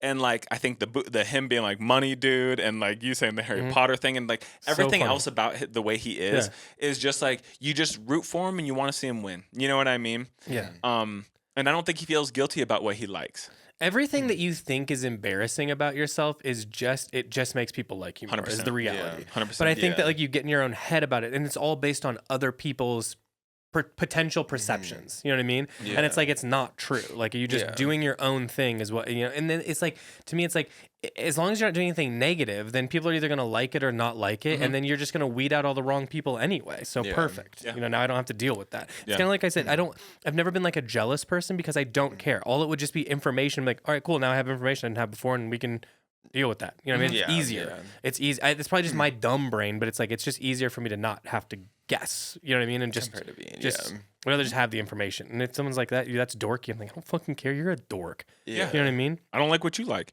Yeah. You know, and you say, Timothy, you say it in the pod and you mean it.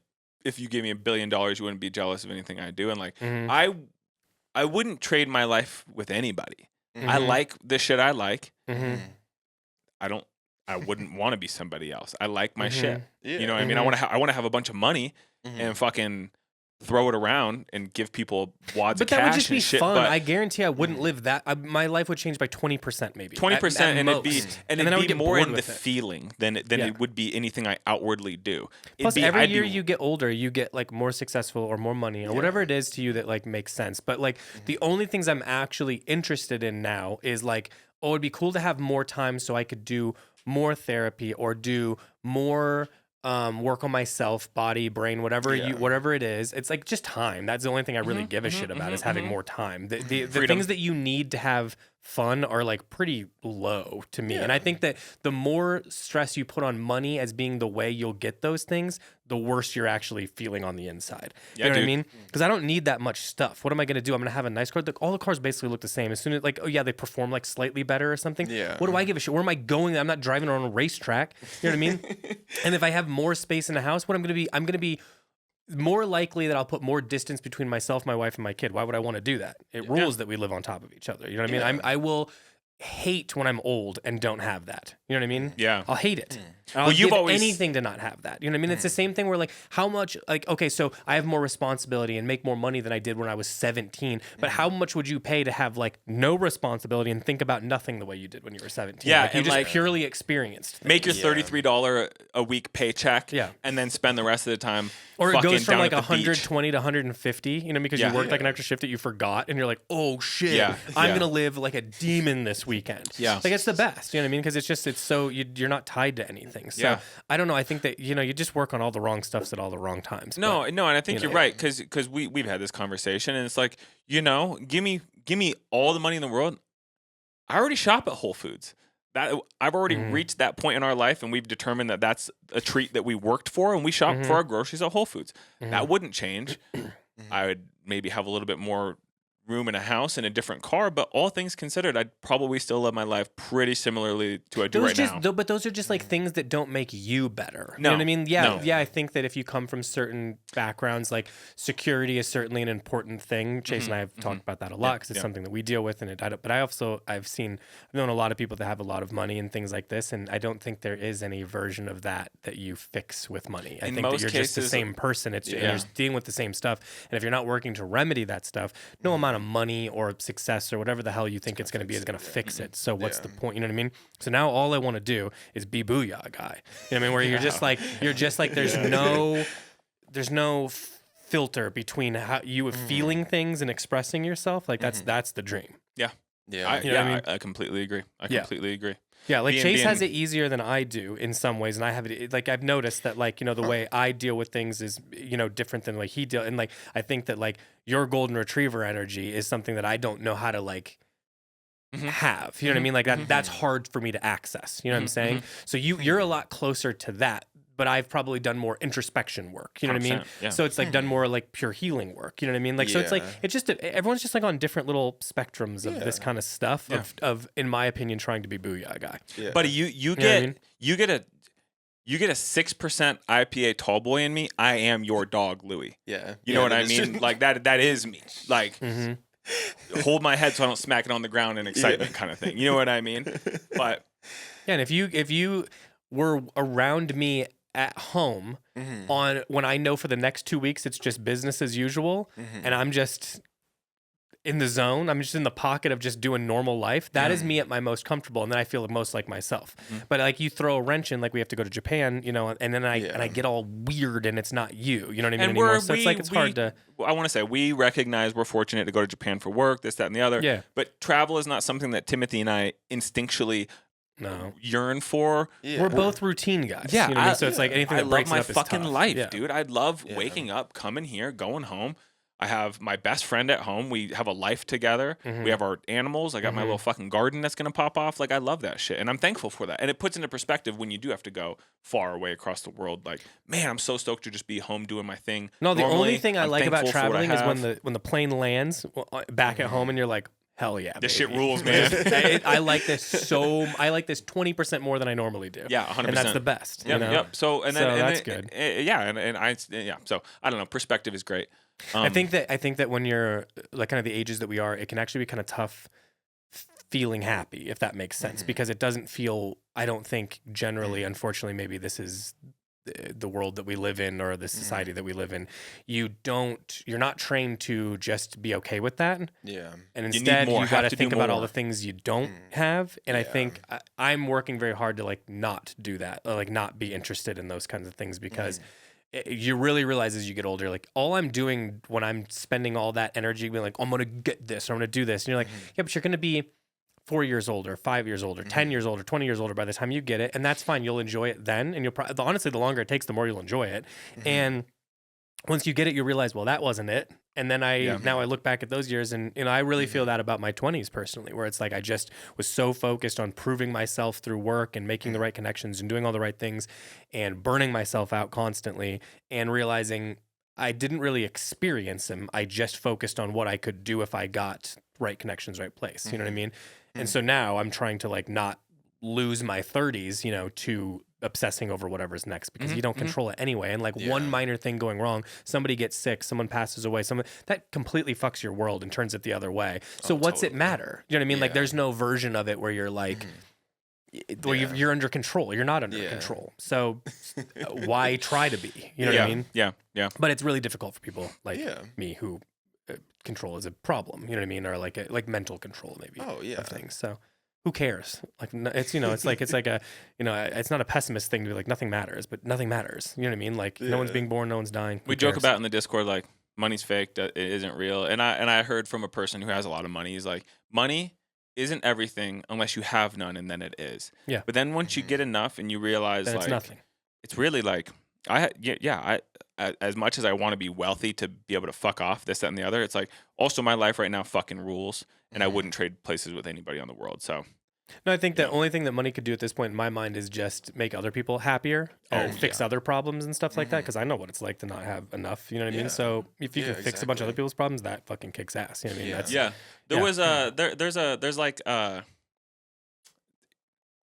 was listening to a podcast and this guy was talking about like, we go out to dinner, like I got dinner. Don't worry about it. Don't try to pay for it. Like that's my thing. And like I want to be there one day where it's like I don't care if it's 3 people, me and a couple buddies, or a group of tenants. Like I got it. Nobody worry about it. And like that kind of thing. That's what I would do with money, is to just be like, no, I got you. Just I know what it feels like to show up to a dinner and somebody's like, I got it. Don't worry about it. I think when you grow up without a ton of money or something like that, you also spend a lot of time going, I would do better with it than what I see people doing with it. And that drives me a little crazy sometimes, but like, I don't know. Not like I said, none of it matters. And like, what are you going to do? Like people complaining about like, oh, we spent too much money on clothes. I'm like, what are you going to, you think you're going to look better in the clothes when you're in your 40s? No, you're not. You look good in them now. Fucking run it up now. And it brings later. you joy now. Like we were joking before the pod.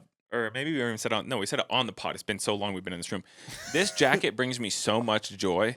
I genuinely feel pure elation every time I get to wear it. And, work in fashion, we get, little discounts, this, that, and the other. But like, I love this thing so much. And yeah, I'm happy I got it. It's brought me joy for the entirety I've owned it for like the last 7-8 months. And maybe I could have afforded it better when I was 40, but and bringing me joy now. I'm happy now. What do you, I mean, it's cool. This doesn't, I don't know. Anyway, nothing matters. Yeah. It's all fake. Everything is a societal construct. Nearly everything that we do in our life that is not digging in the ground for fucking food to put in our body or searching for natural water, everything is a construct, and we've all agreed to it. And when you realize that, it doesn't really matter all that much. So you just try to be nice to yourself and try to be nice to others. Yeah. You know what I mean? I'm not coming from any place where I'm telling you I'm the best at that, because I'm not. And then you're gonna fuck up, and then that's also fine. That's part of it. So who cares? All good. Yeah. Buy yourself a pair of Clark Wallabies and call it a day. We're like I was trying to figure out if I could put Booyah and ist in there, like Buddhist and Booyah. That's what we are. Booyah-ist. Booyah-ist. It's our own religion where we're just trying to be like the guy at the Howdy Show who said Booyah because he liked the song so much. Yeah, hell yeah. Rules. Yeah. So fucking sick. And he was just really stoked. He just ripped, man. He was just fucking feeling great. Yeah. Yelled it, wanted to let them know. He couldn't keep it in. Yeah. Booyah. It's tight, dude. Yeah, it's fucking sick. Yeah. So shout out Booyah King. Yeah. Yeah. All right, is that it? Wait, no. We got to do a little bit of housekeeping. Yeah. What's going on? Timothy and I are leaving for Japan's early Sunday morning. We're going to be there all next week. If maybe by chance you're going to be around Tokyo, hit us up. Maybe we can grab a coffee. Maybe we'll be too busy, so we'll leave that open-ended. We're not getting on a train, so we're not getting on a train. So if you want to come to us, we can grab a coffee. We'll tell you where we're at. We'll tell you where we're at. Hit us up. We're not hard to find. You can hear him from all around the island. It's crazy, dude. Because when I go out with got to get my mom and sister and shit, we get us. It's like it puts me in a fright, and I'm like, this is how everybody in my life feels all the time because they're louder than me. Especially you get them together, It's crazy. But yeah, so we're gonna be out that way. In terms of shop, we have a lot of deliveries on the table right now. We have some Workaday. Has just landed. I know our final shipment of Lee, I believe the final shipment. At this point, it's the final shipment. I think there might be actually one other thing that was delayed or SKU or something. Something like that. But Lee's out there. It's a shirt. It's some... I don't know, actually. No, that's La Mer. La Mer I imported. We got the rest of La Mer coming. It's a shirt and a couple accessories. Lee's out there ready to be unpacked. Just about wrapping up the season for us with them. Workaday's out there. I just imported Coddle.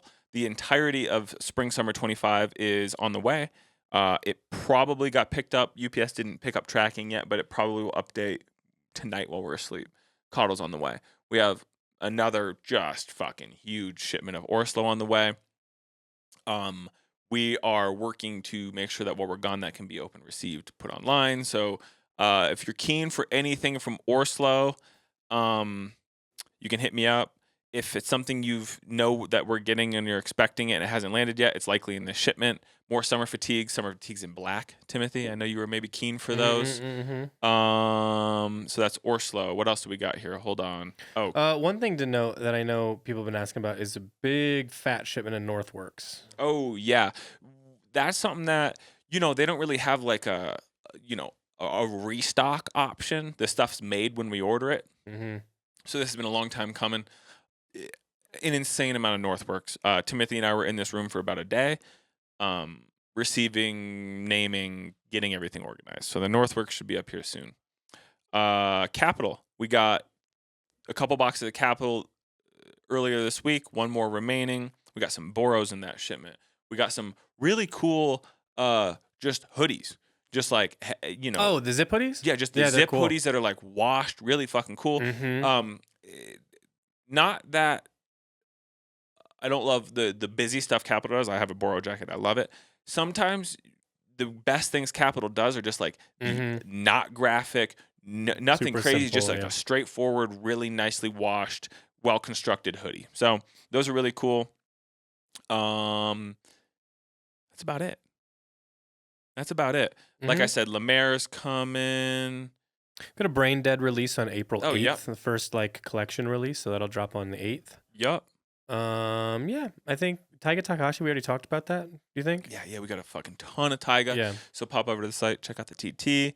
Oh yeah, Capital has those cool zip shoes. Remember those with the leather and the uppers are kind of stitched together in such a pattern, really cool. There's also that kind of quilted burrow that we've got so far, right? That I know a lot of people are asking if we were going to have that. So that's so it's like quilted, not in that it's quilted down filled. Yeah. It's like old quilt material that you'd find at your grandma's house that is pieced together into a quilt, then turned into a Boro. We have it in the Drizzler version, so like the zip version. Yes, I don't know how to say the word. Champeter, you know what I'm saying? Champatra. But we also have it coming in the button version as well. Cool. So that's on the way. That'll be dope. All right. That's about it, dude. Yeah, we got a lot of shit. All right, dude. We got a good story for the next pod. Next time you hear from us, Timothy and I will be in Japan. We'll probably do another pod from Yoyogi, or actually no, because those we're gonna do it from the hotel room, so we don't have to bring all all the equipment that wasn't working anyway last time we were there. I will have plenty of snacks and stuff to try. That maybe we could do that. We do a snack try. Yeah. Okay. Here's what we'll do. I'll get us some shit. I'll curate a thing. There's some things that I'm really stoked to try. I don't want to wax on too much about Japan because we go often and But anyway, we're stoked. The thing that I'm looking forward to most eating, not restaurant related, strictly Family Mart related. Remember when I got you one of those little? It's a little pastry filled with margarine and strawberry jam. Yeah, that was good. The one that had like syrup was good too. Yeah, has like Aunt Jemima in it. You know what I'm talking about? So fucking good. Sugar. So can't wait to have those pastries. Onigiris. I like those. Drinks. I like those grapes that are ice cream. Oh, yeah, I'll get. And you really, some the of only those. thing I like is the coffee shop at the hotel. Yeah, man, we're stripping it down to. To be honest with you, I could just go there and eat there and have coffee there and not go anywhere else. You had cheese from there, right? That you said was really slapped. Good. Yeah, there's a pizza shop that also bangs. My agenda. We're doxing the hell out of ourselves. Come to Japan and mess with us. You don't want it, number one. That's first and foremost. He's mean as shit. Yeah. And if I see him getting nasty, I'll rile right up too. Yeah. So it's like when two dogs get each other riled up. But also, like, what are you gonna do? You're gonna leave us the fuck alone. Jesus Christ, I'm so tired. Alone, You know what I mean? It's all good. But we're really trying to take it easy. So it's gonna be we're gonna take a cab to the event that we have to go to. But beyond that, if we can't get there on foot, we ain't going. Yep. It's gonna be nice. So. We got that coming up, and I'm planning to come home with lots of candy and curry. I'm gonna do a very tight packing situation. CC suit, probably what I got on today, and then whatever I travel in. Tight. And I'm meeting up with a buddy who is facilitating a jacket purchase for me, so I'm very excited for that. I don't want to say what it is, but I'm stoked for that. Wait for it. I'm not going to say what it is, but I'm going to promise you it's not going to blow any minds because it's something I've had before. Yeah. Just a different size. He's basically wearing now. I don't want to say because we're, yeah.